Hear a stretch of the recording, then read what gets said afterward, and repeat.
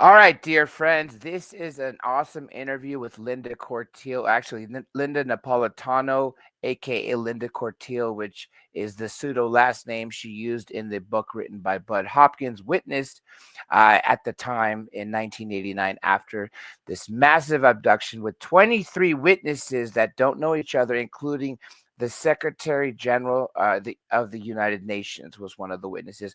Also on this interview is Thom Reed, another fantastic historical case, so much so that the state of Massachusetts put erected a monument for this historical event, which also had witnesses to him and his brother being abducted, I believe, in the 60s. You could also see that on Netflix, on the Unsolved Mysteries for Netflix in, I believe it was series 1. Just look for the one, I think it's like Berkshire, something like that. It's a Massachusetts town abduction case. You can't miss it. And like I said, Linda Napolitano was just recently featured in the Netflix series, The Manhattan Alien Abduction. They really screwed her over there. As you'll hear, she's a very sweet lady. They screwed her over by throwing in a skeptic, completely muddying the waters for no reason. I believe she's telling the truth, especially the witnesses that saw this. Remember, people not only saw her floating to the craft, but they saw extraterrestrials floating with her from her high-rise building in Manhattan, as you could see from this art done by Jose Sanchez. So without further ado, let's get the interview going for you. Oh. We have an unidentified flying object.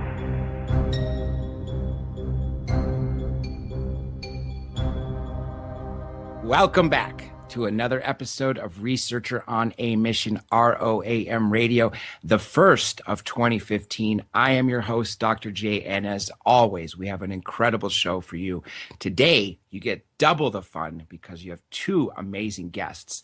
First, I will introduce the one that will speak after, secondly, and that is Linda Corteil. Ms. Corteil, welcome to the show. Well, thank you, Dr. J. Thanks for having me. It's an absolute pleasure to speak to you, and we're going to come right back to you shortly. But first, we're going to go with Mr. Thom Reed. Thom, welcome back. Hey, thanks, John. Hi, Linda. Hi, Thom.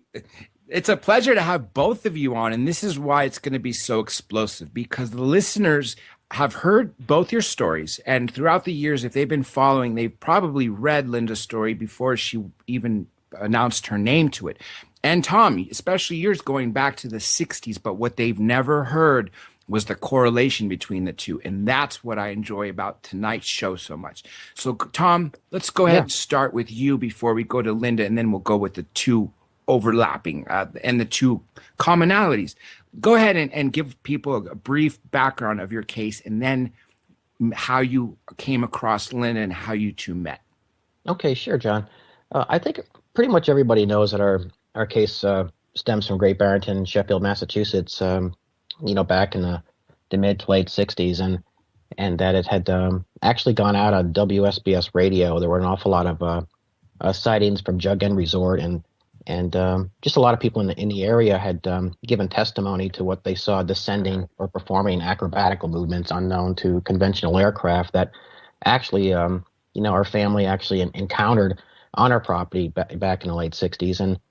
And there were 3 accounts. I want to clarify that, too. A lot of people think that this was something that was just ongoing all our lives, and it really wasn't. I mean, there really wasn't anything that really took place until a few years ago, again, which kind of fueled everything. But I think what a lot of people also aren't aware of is that there's a lot of political connections to our case, and I think this is where I found a real interest in speaking with Linda and the political side of it, because there are ties to the UN, and that's kind of rare.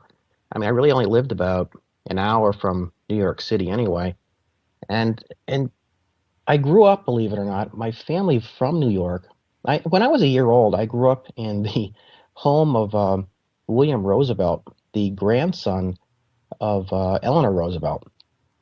And my grandmother was actually like their cook. She actually worked in Cherry Hills, Colorado. She actually worked at their estate. And I was actually living there for about a year before we moved back to Sheffield. And it wasn't until the 80s that my father ran for office. and I helped him with his. Mayor, right? Yeah, he was the mayor of Falls Village, which is part of Canaan. It was a suburb of Canaan, and he was heavily backed by Senator Christopher Dodd, who had come to our house for dinner. I have had coffee at the governor's mansion near Elizabeth Park in Hartford, and it's also about the time that he ran into attorney Robert Blechman, who would in turn know Bud, who was working with Linda, and who I gave my sketches to and drawings and symbols and things of that nature way back when.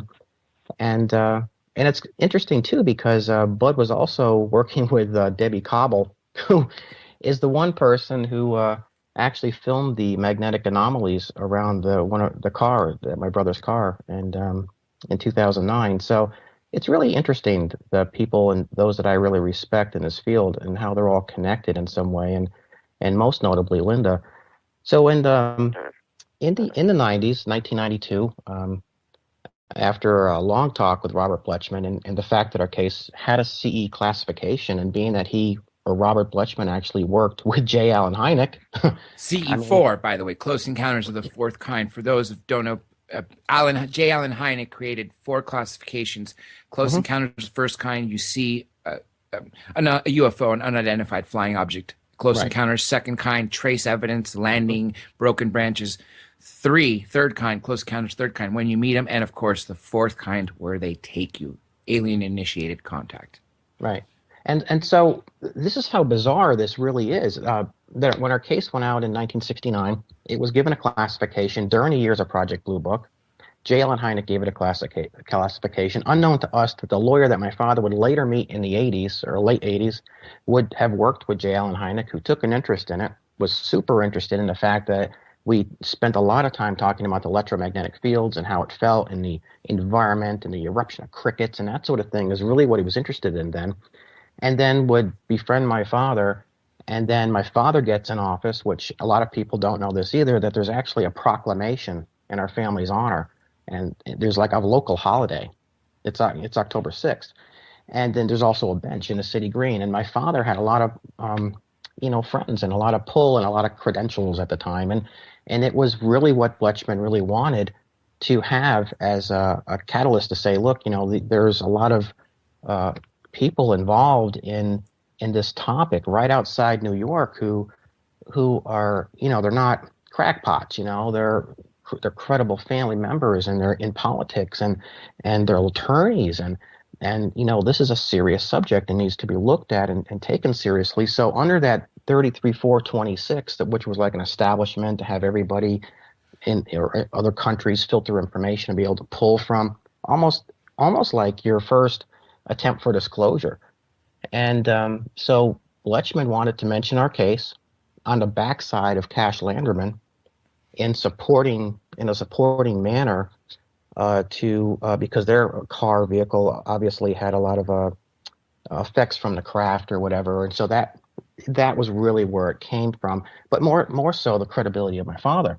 And so after the UN, the symposium, if you will, with Mohammed Ramadan, who was the president of the Parapsychology Society, and John Mack was there, and Bud Hopkins was there. My attorney, Robert Blechman, Stanton Friedman, Linda Morton Howell. It was a big, you don't hear much about it, but it was a significant, a summit, if you will. Yeah, and so afterwards, my father got a lot of papers back, October 7th, regarding, I can actually, stuff from the Greece Ministry of Defense, the Pentagon, just a lot of papers and things showing and proving and supporting that this is a real phenomenon. And sure enough, there's a letter written by my attorney about Linda. And I showed that when I was in Maine. And I put it on the screen. I had talked to Linda. We spent a few days together. What a super person, by the way. And so I put it up on the screen. And my attorney asking more information about the 12th floor abduction case. And so at that point, Linda and I talked, and it was just amazing the things that she had learned and the information that she has from the same event in some respects through the reputation and the investigative work that Bud Hopkins did for her, who knew my attorney. and who were collaborating on both our cases relatively at the same time. I just thought it was unbelievable. If Bud were only around today, he would be so proud at not only both of you continuing to tell your story, but the inspiration that both of you have given for so many of those who have now come forward since his passing.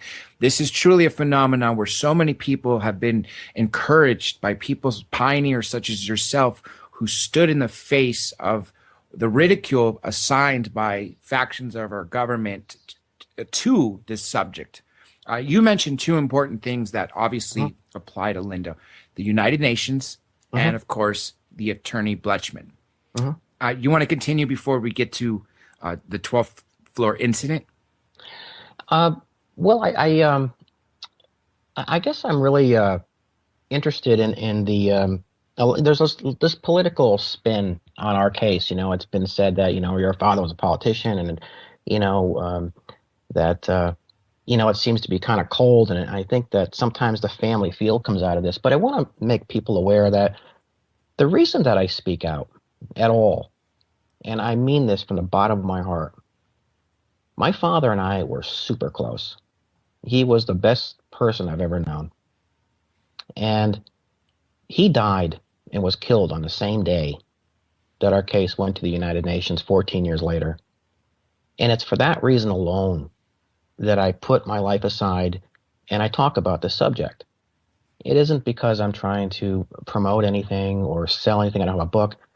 And when I find somebody like Linda, who has a very close, heartfelt feel about this as well, you know, I connect with certain people, and I'm just glad she's on tonight. But I want people to really understand that it's the death of my father that really has me, you know, has driven me to take this to the next step. So he did die 14 years later to the day, and his body was found with a rare fungus in his blood, and when it appeared to be an infection. So when the emergency paramedics came, rushed him to Yale New Haven Hospital, he actually was given antibiotics. And because he was a political figure, they really did everything they could for him. So they gave him a double shot of antibiotics, which flatlined him basically because his heart went into cardiac shock, because the fungus, the antibiotics they gave him killed the good bacteria in bed and flatlined him pretty much right then and there.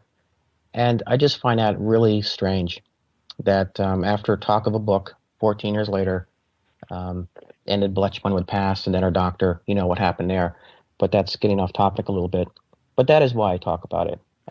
One good thing I really enjoy about both your cases is the witnesses. First of all, Thom, when we did a show a while back, we brought several people that were involved, but one of them being someone who actually on the day of you being taken, was it 67, 66, the first one? Tom Warner, he actually saw a craft over your farm. And I thought that was amazing because that's not very often. Now, No. Linda, let's turn over to Linda and go with the 12th He's floor an incident. artist, I think. He studied under Norman Rockwell, I think. Yes, and he has produced some fantastic images, and some are actually at display. One of them you have, right? Or is it at a museum?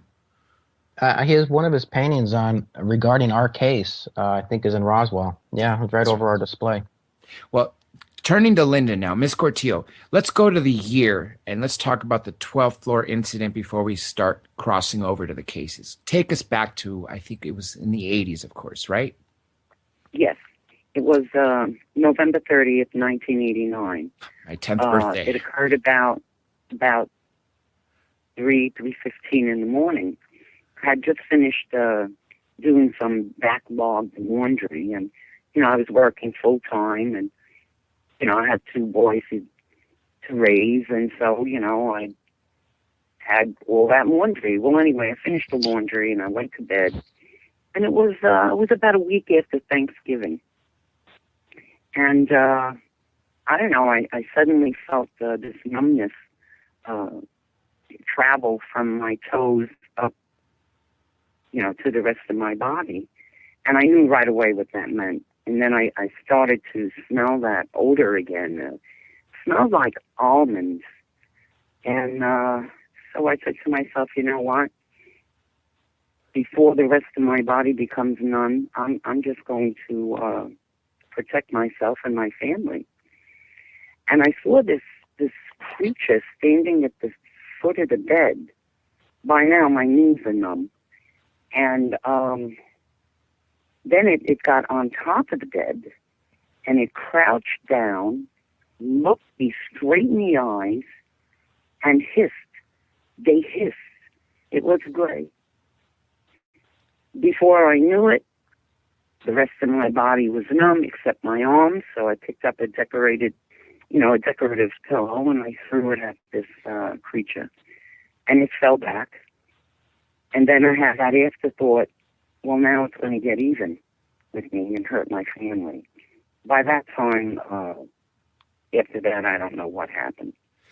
The next thing I remembered, I felt myself fall into my bed. It could have been from 8 feet or 2 feet or maybe even 2 inches, but I just plopped right back into my bed.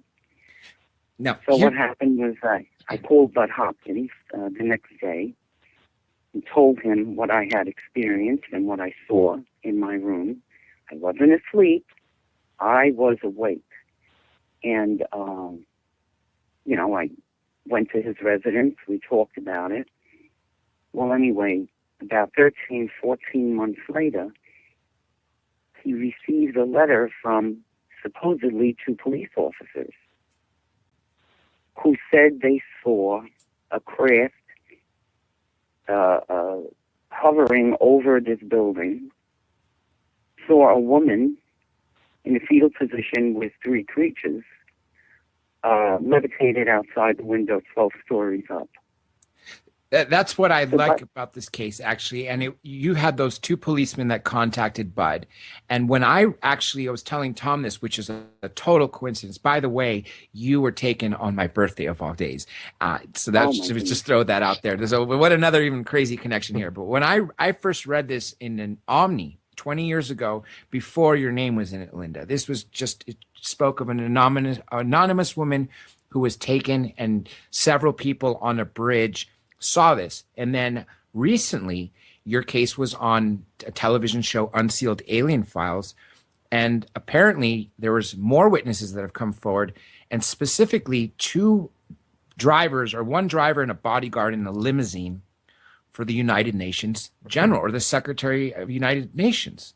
And yet he's... Yeah, I did promise him I'd never speak his name publicly, but everybody knows who he is. Yes. Especially because his 2 people came forward. If they didn't come forward, then obviously he might have stayed anonymous. But since his driver and, of course, his bodyguard witnessed what happened, they told it, and it's pretty much a given. I'm sure in the limousine, they probably pointed at him and say, take a look at that, if it wasn't the other way around. But again, right. Very, very interesting to see all these people. I just could not even fathom watching this. If I was driving on a bridge at night and all of a sudden cars are stopping and people pointing at a disc-shaped craft that is hovering 12 stories up, and then you see coming out, flying, literally floating, is a woman, and then you see really small toddler-sized, child-sized figures going with it. You know something's up. It's as if everything you're brought up to believe is flat out, right there. It's like it does exist. Well, I'll tell you, up till this date, there are close to 100 witnesses.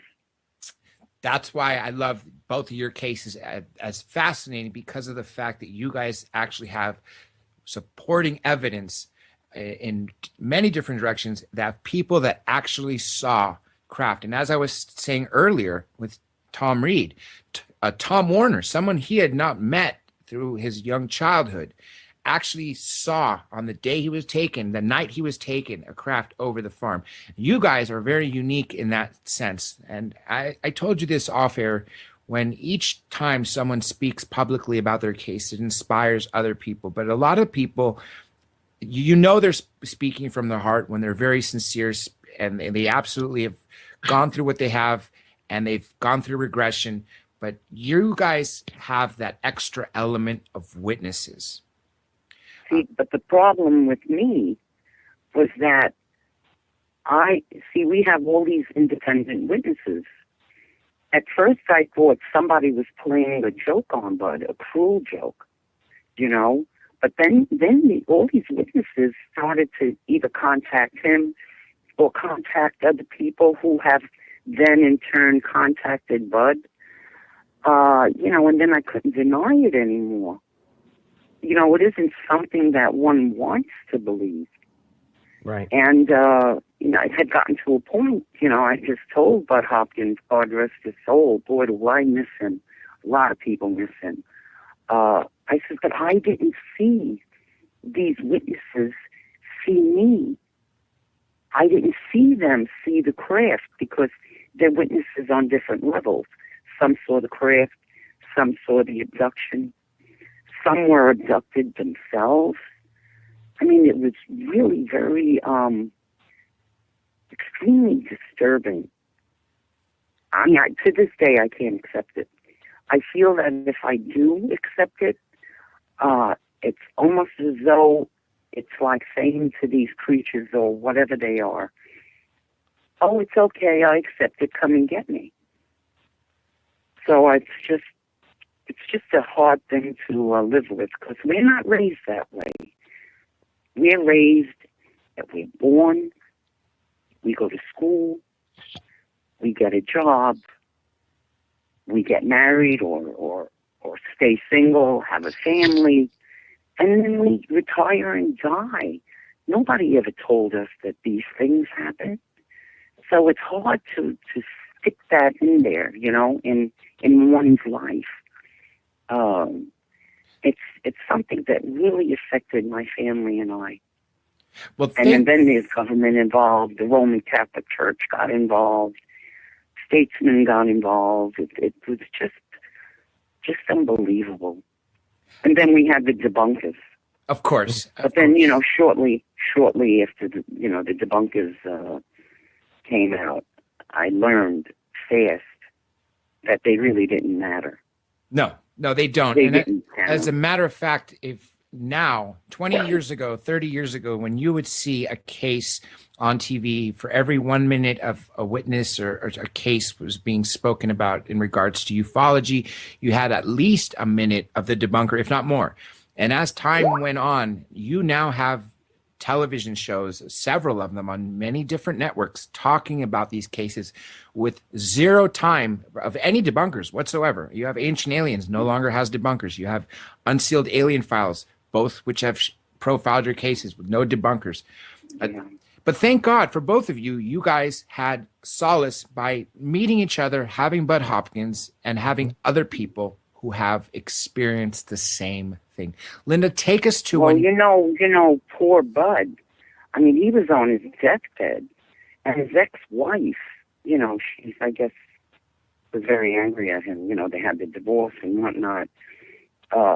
Oh, man, she tortured him, by using people that Bud cared about as tools to hurt him.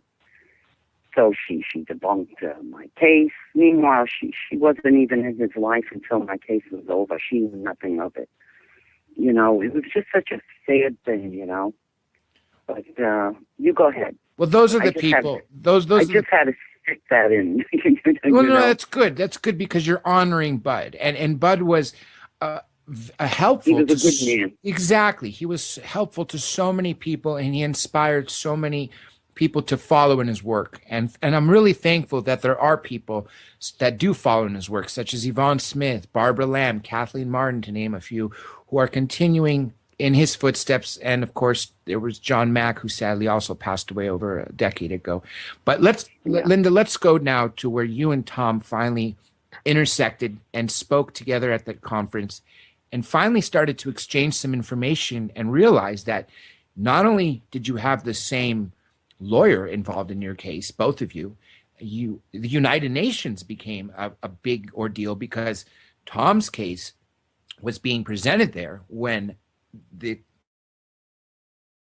UN Secretary General, despite him not wanting to come forward, the fact that his people came forward, witnessed your case. And so obviously it's a coincidence, but at the same time, it's very important. Let's go to that part.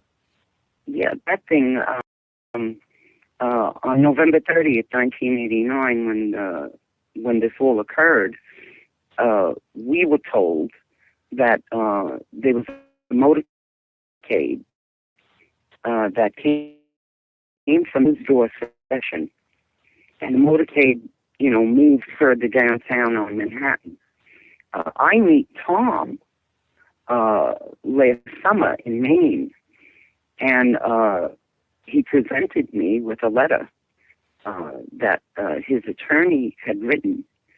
And I don't know, I was just wondering why he was interested in my case. I guess it's because Thom's case was presented at the UN.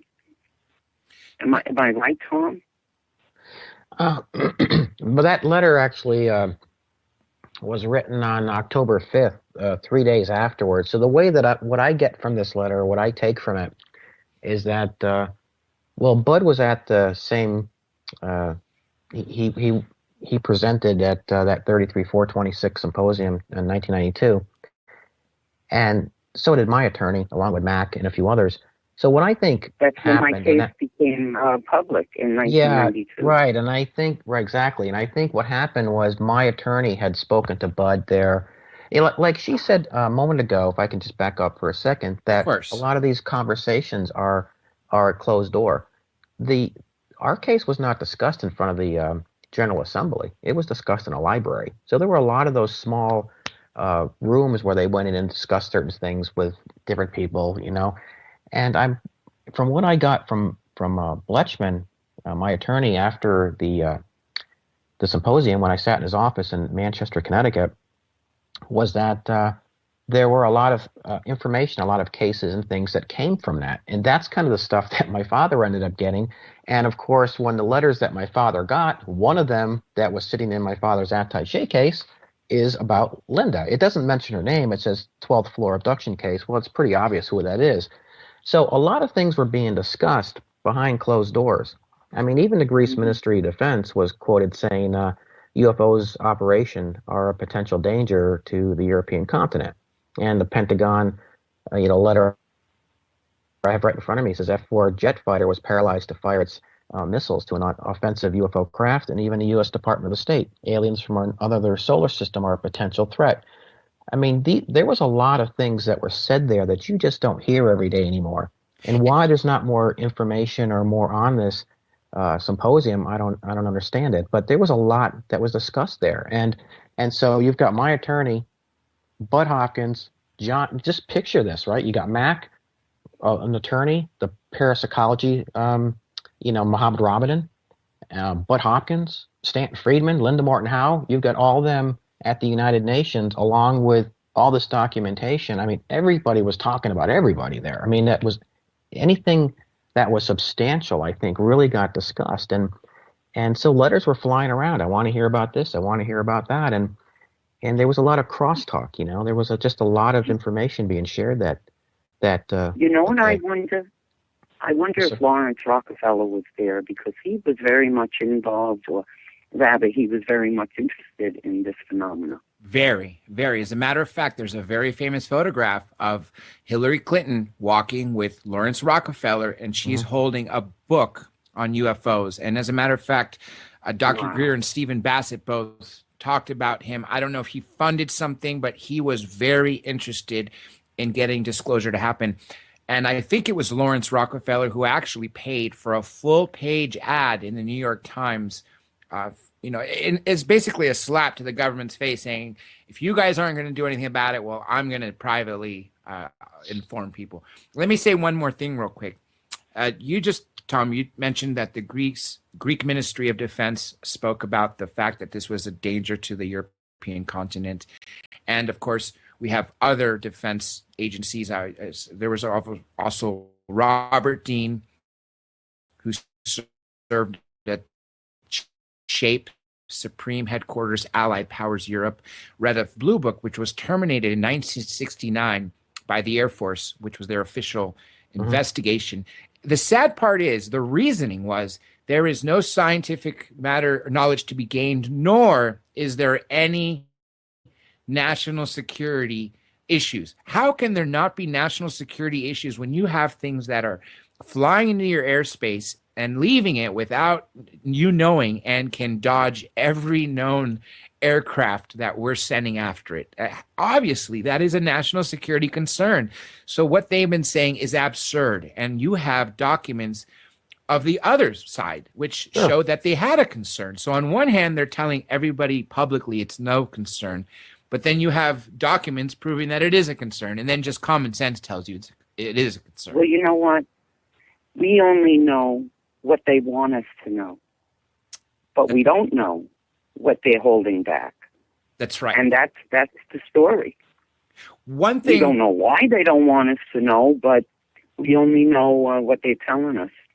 One thing I should say again that I usually say when people who've interacted with off-world beings, I think you guys collectively, everybody who's been taken or had contact are, if not the most important, some of the top importance to ufology as a whole. And the reason being is you can have any researcher in the world study all these cases, but nobody can tell you what the inside of a craft feels like, what it smells like, what it the temperature is like, what the beings feel like. I had someone on last week.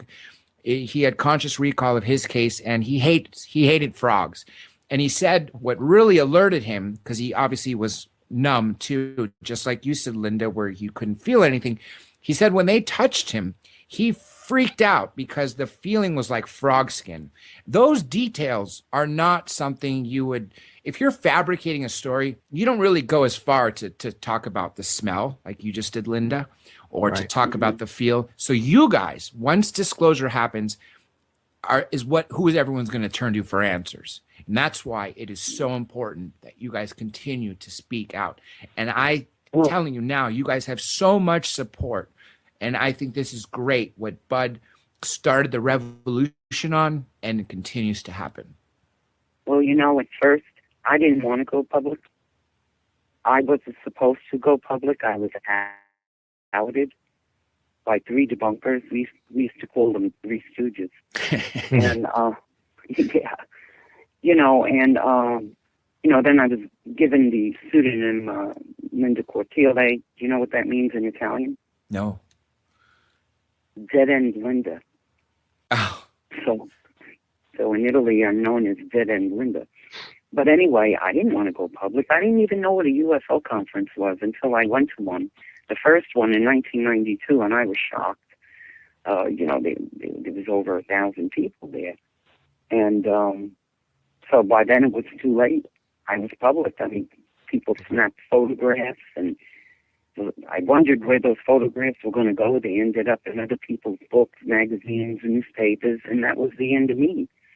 You know, and the third man, who is the UN, you know, he won't admit it, thank God, but he won't deny it. So, you know, where does that leave us?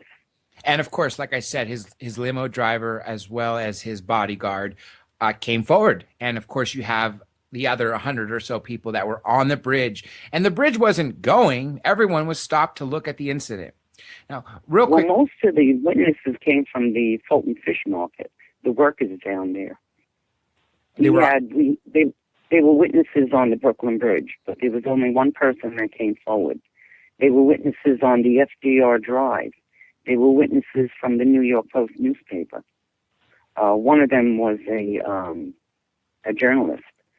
You know, then you had the motorcade, you know, and people are still coming forward. But the people who are coming forward recently, we don't know if they're authentic because they had already read Bud's book. Right. Yes. You know, so you know, we don't really know. I do want to say one thing because I don't know if we have enough time, and I want to give the rest to Thom. I just want to tell anyone who's listening out there, if you feel that you're having these experiences and you're being abducted, don't lose it. Keep your feet on the ground. I'll just give you a little advice. I know you didn't ask for it, but if it is happening to you, this is what I want you to do. I want you to go in your closet, and I want you to see that everything you own, everything you wear is still there.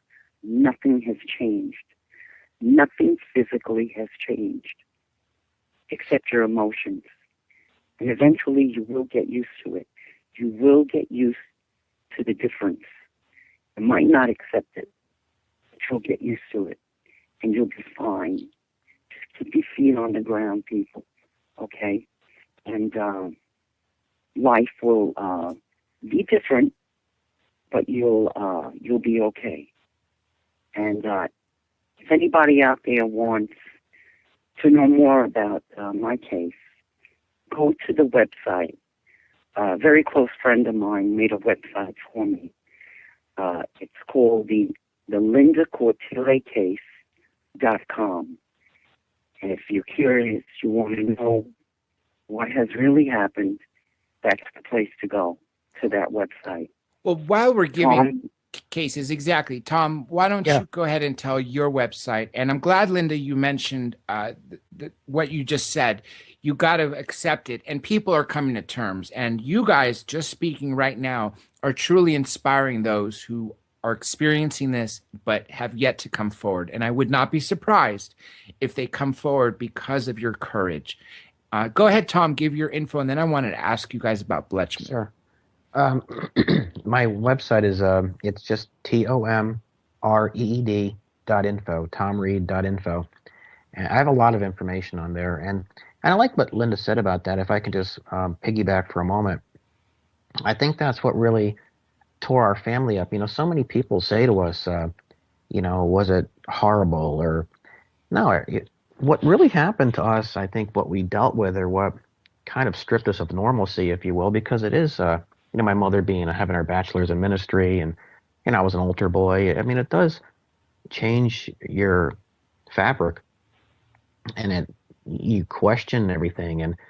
But at the same time, I don't, like she said, find a peace, realize that your life will go on, and just because you experience something very different or something that you can't make sense of. I mean, you can't make sense of something that you have no way of balancing it or trying to reel it in.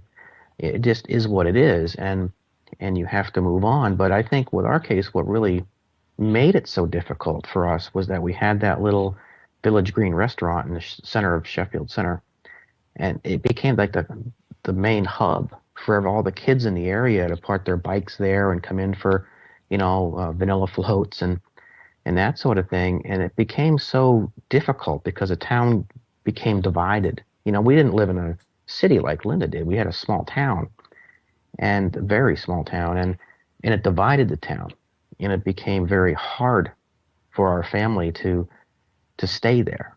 There were the ones that were very supportive, and of course the ones who weren't. But at the same time, once we moved and got away from it and started over, like Linda said, we had each other. I had my brother, and he's still struggling with it, believe it or not. We all are, I guess. But at the same time, we had each other to talk to, but it keep resurfacing. The thing with Bletchman, the thing with the UN, and no matter how many times you tried to put it behind you, it was always there. So you just had to find a way to live with it and understand that maybe there was a reason.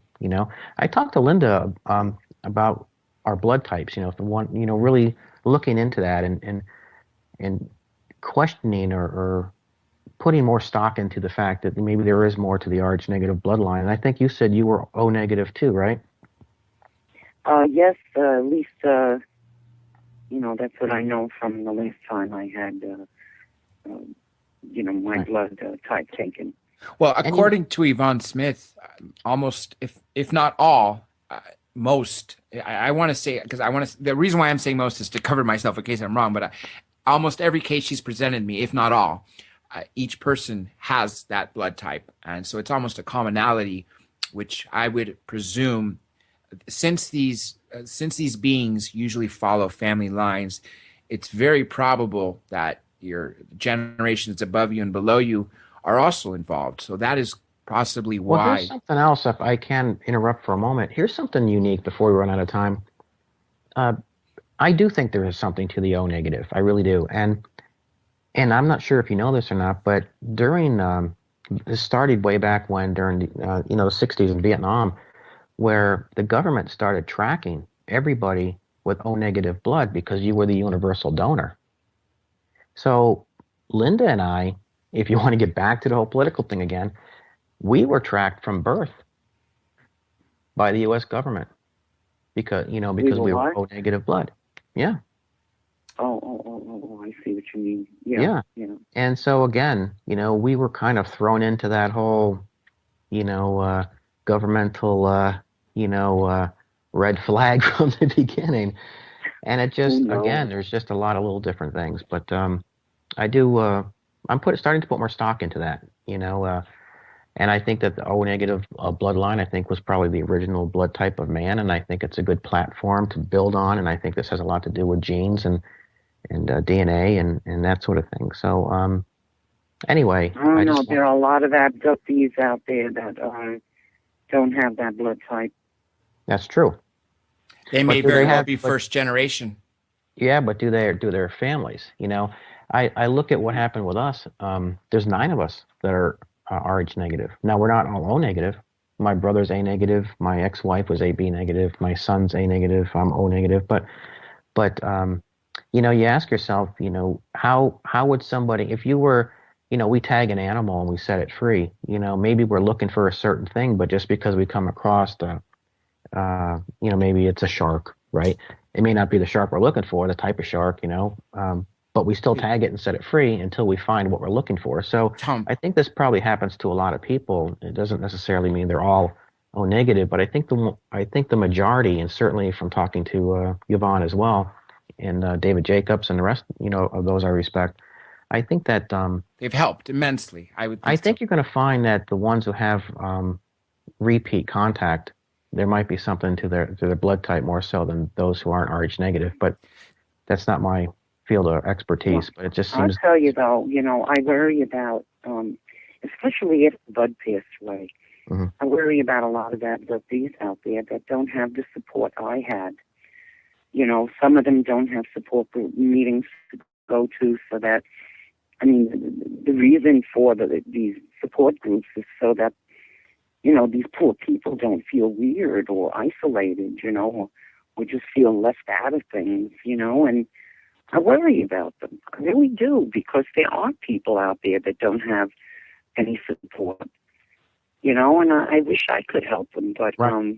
Well, I think you are. And honestly, I really think both of you are as we speak. And the fact that all these support groups are popping up, and again, just by you directing them to your website will make them realize that they're not alone and they will seek out help. I got a question a tweet directed here. One, I think someone's going to be writing one for you, Linda, in a second. This one is directed to you, Thom. This is from Miss Michelle. It's retweeted by her from which originally Ruth Perkins Caudill. If I mispronounced that, please forgive me. Hi, Michelle. Said, read, please say what happened after the white/envelope window appeared in the bedroom with you and your brother. That was actually my son. Yeah, wow. That was fairly recent. That was really the only other encounter, I should say, that my brother and I piggybacked around the same time. We both had an experience. His was more documented, so we focused more on Brownsburg because that's where all the investigative teams went and everything. And that's where the evidence really stemmed from. So we focused on Brownsburg. My son was actually okay. It was 2:20 in the morning, give or take. And then again, I don't talk about this much because it's one of the few things that I still find, again, hard to talk about because it's more recent. It was pitch dark. I was laying in my bed and I had white sweatpants on with stripes down the side of it, and they were fairly new. And I woke, and I was, like Linda said, I was wide awake. And my feet were almost straight up towards the ceiling fan. My neck and shoulders were on the bed, and the room was lit up. I could see the clock. I could see what time it was. And I was like in a panic. I had a hard time breathing. It was like I had a cork in my throat. And I couldn't really move anything. I remember my mother referencing how it felt like she was confined to like a mannequin. You could only move her hands and her feet. Yet I was asking myself, how come my pant legs, this is how aware I was, how come my pant leg was not sliding down my legs? Because it wasn't like an elastic at the bottom of them. They were just stayed right there. And then I remember being shifted, and I was actually rotated to the right as if I had a tanning bed in my bedroom at the time. And now it was like fragmented, but now I'm over my tanning bed. And I was looking back. I was able to turn my head in my eyes, and I was able to see that the numbers on my clock. And I knew if it changed another minute, I couldn't hold my breath that long. I mean, I was counting the minutes here because I felt like I was choking. And but as hard as it was for me to move my arms, I was able to move my left arm just a little bit, but it was like pushing against a solid wall. I mean, it was that whatever was around me or whatever was keeping me elevated. I didn't feel hands. I didn't feel a board. My pant leg didn't slide down. It was almost like there was absolutely no atmosphere in my room, is really what it felt like. And I was and yet I was straight as a board. I wasn't, bent, or my back wasn't bent over. I was level as could be. And then it was just bang. It was like it was over, and I was on top of my bed again. I jumped up and I ran into the bathroom, and I sat on the toilet, and I turned on the faucet, and I was, dousing my face with water and everything, and I was catching my breath, and I was, what the hell was that, And then I heard a scream. As a matter of fact, the boy that was with my son, when I ran in there, and what she was referring to, that little window over my son's bed, he's actually here downstairs right now, and he doesn't visit that often, so there's another coincidence.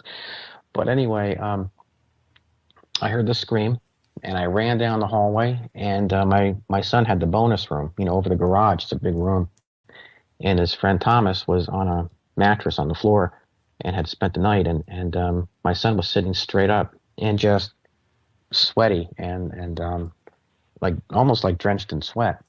And he was just like he saw a ghost, and I was really still at this point really shook up. But I mean, it was just a moment in our lives that we'll never forget. And I grabbed him. Are you okay? And he really wasn't even almost responding to me at first. He was just sitting there like as stiff as a board. I said, "You okay? You okay?" And then his friend Thomas, who was on the floor there from Florida, Jensen Beach, he said, "Oh my God, I saw this whole room like light up earlier, and then it was he's like just basically collapsed back on the mattress we had on the floor for him." And I looking at my son like, what happened? And all he would say was that it looked like a silk pillowcase that was over his bed, like the size of a pillowcase, but like a silk. And it was like a squarish window that was over his bed. And in some respects, I say, well, why did that scare you so much? But it was like he was about to go through it, almost.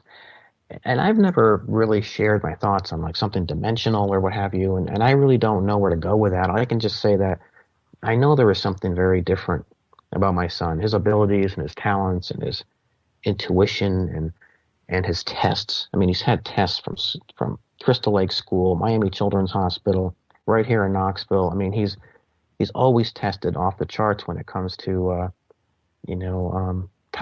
form of remote viewing or sensory. And I've got all the records here. It's going to go in a book when I finally write one. But the point I'm trying to make is that, again, this has something, I know it has something to do with our family. And I try to walk carefully, and I try to say, okay, well, maybe we were just caught in a crossfire or something, but there is something here. And he's really shook up about it. And he's still, for the longest time afterwards, we slept with both our doors open. I mean, it affected me and him that much that I would, at my age, and he's a quarterback, a high school quarterback, we would not sleep in this house after that for probably months without our doors open and a light in the hallway, plugged into the outlet, a little dome light. We just had to.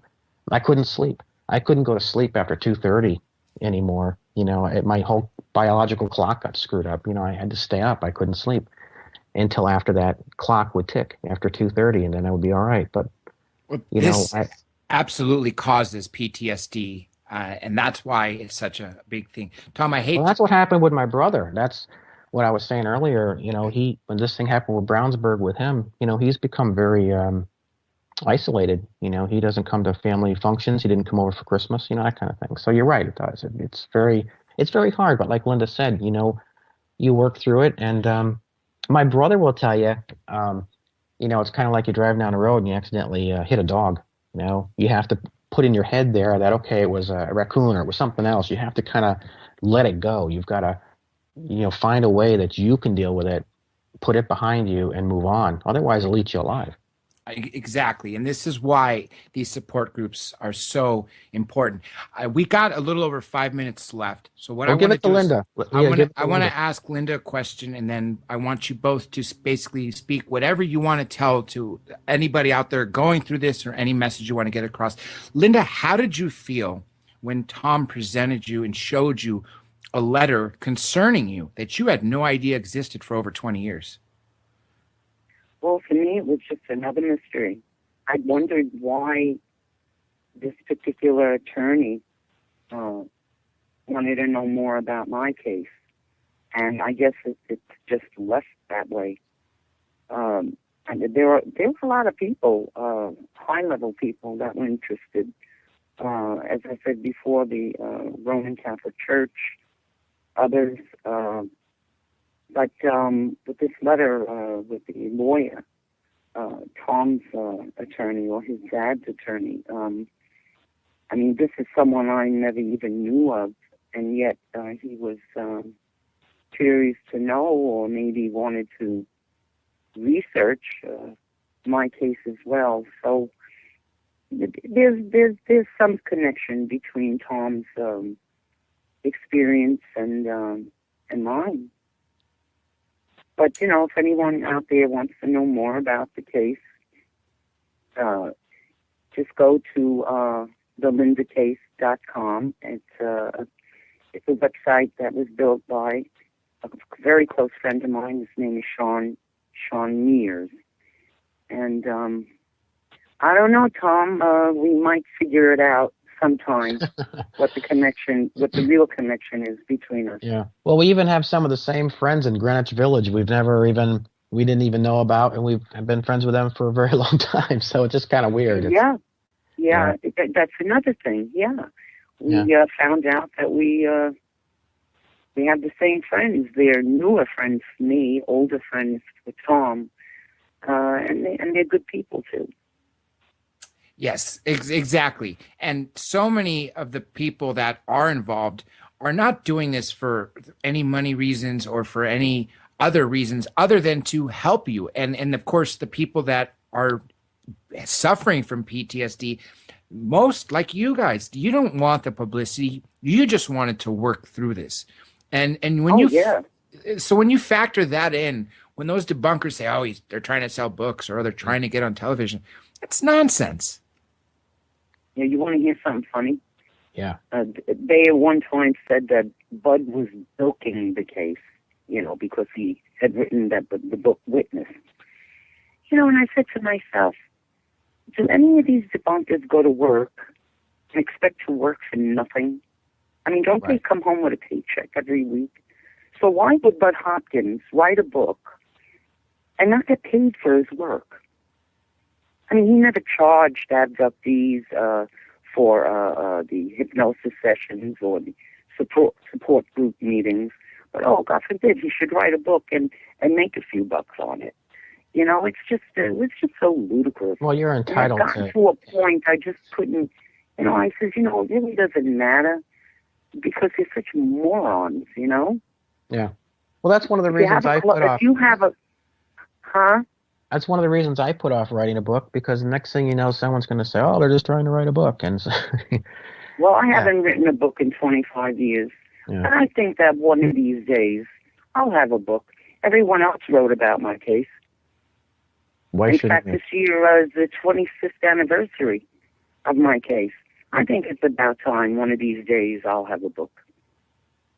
Exactly. And see, this is why this topic is important right now, because so many people are coming forward.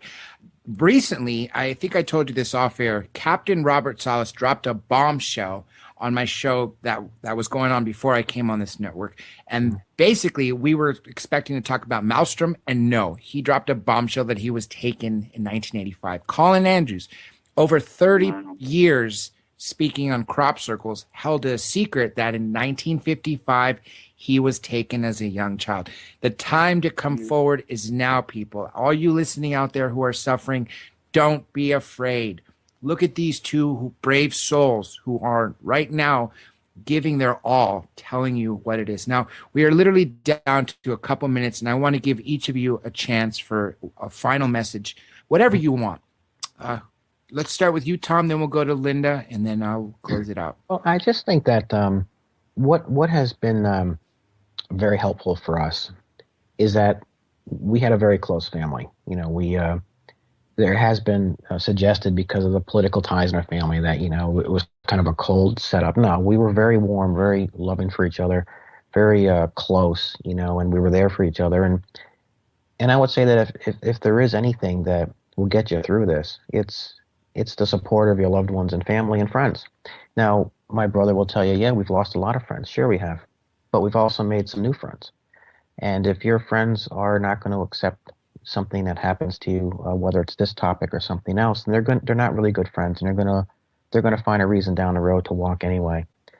But it's those that are there for you in the tough times that become your closest friends and the ones that you share the holidays with. And so, with that said, my brother and I are close, but we're both dealing with something. But my son and I are very close, and I've started to see something in him, but I give him a good hug and a kiss on the forehead, and I support him 100%. And he's there for me, and he's even spoken at an event with me before. So, it's